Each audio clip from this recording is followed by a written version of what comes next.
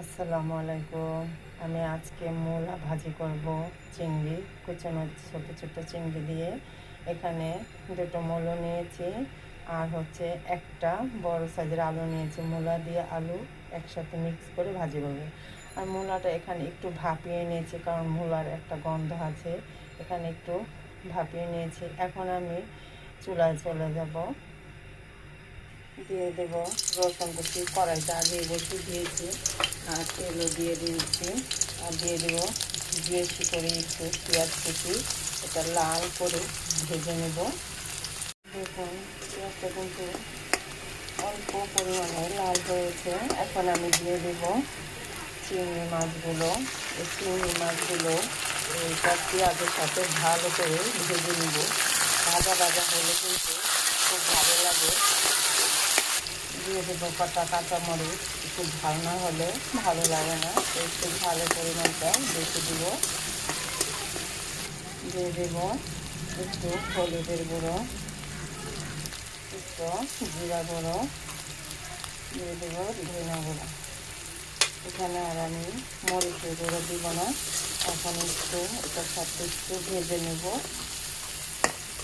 একটু সামান্য পরিমাণে পানি দিব, দিয়ে মশলাটা আর একটু ভেজে নেব, কষিয়ে নেব।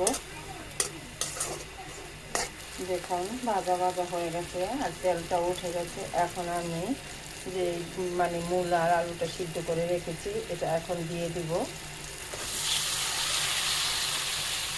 দিয়ে দেব স্বাদ অনুযায়ী লবণ। এখন এটা ভালো করে নেড়ে চেড়ে নিতে হবে।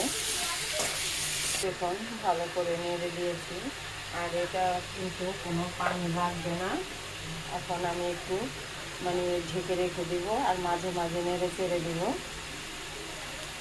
দেখুন ভাজিটা কিন্তু হয়ে এসেছে। এখন একটু পরিমাণে ছোটো পানি দেখা যাচ্ছে।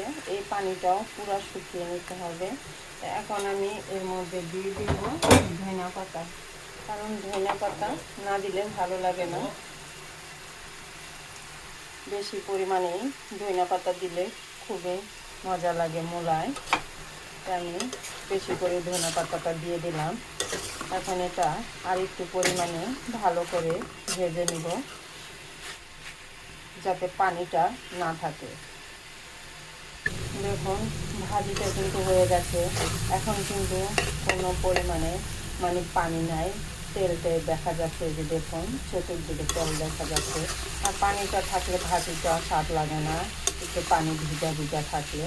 আর ভাজা ভাজা হলে কিন্তু ভাজিটা খেতে খুব মজা লাগে। তাই খুব সহজেই বানিয়ে নিলাম আজকে আমি মূলা আর আলু দিয়ে চিংড়ি, কুচানো চিংড়ি দিয়ে ভাজি করে নিলাম। বন্ধুরা, যদি ভিডিওটা ভালো লাগে একটা লাইক শেয়ার কমেন্ট করবেন, কমেন্ট করে জানাবেন। এবং নতুন নতুন বন্ধুরা যারা ভিডিওটি দেখবেন সম্পূর্ণভাবে দেখে আমার ভিডিওটি চ্যানেলটি সাবস্ক্রাইব করে দেবেন। আল্লাহ হাফেজ।